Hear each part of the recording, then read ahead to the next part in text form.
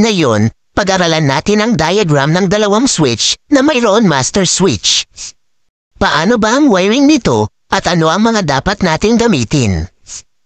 Tapusin mo ang video para mas naintindihan mo ang diagram. Narito ang materyales na dapat natin gamitin sa pag-wiring. Ito ang junction box, dito manggagaling ang ating supply mula sa circuit breaker. Ito ang line 1 at ito naman ang line 2 o kaya ito ang line at ito ang neutral. Ito naman ang mga receptacle o ang mga ilaw. Ito naman ang mga switch.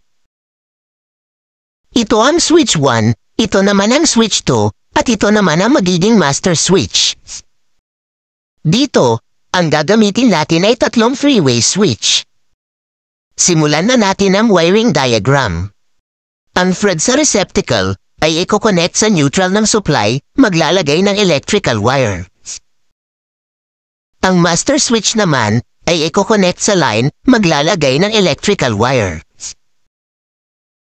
Ngayon, ang dalawang switch, ang switch 1 at ang switch 2 ay kukuha ng supply sa master switch.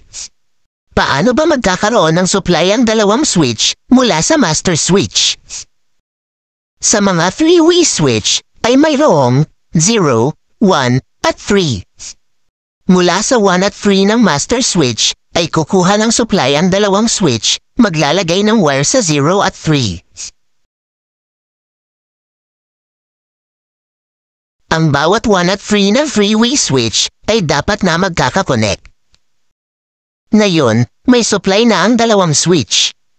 Ang dalawang receptacle, ang magbibigay ng supply, ay ang dalawang switch, ang switch 1 sa receptacle 1 at switch 2 ang sa receptacle 2. Ngayon, ang center ng receptacle ay lalagyan ng return wire papuntang switch sa 0.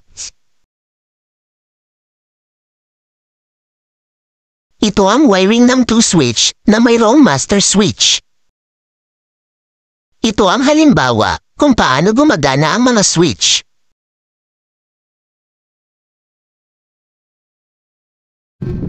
Ito naman pagka may switch.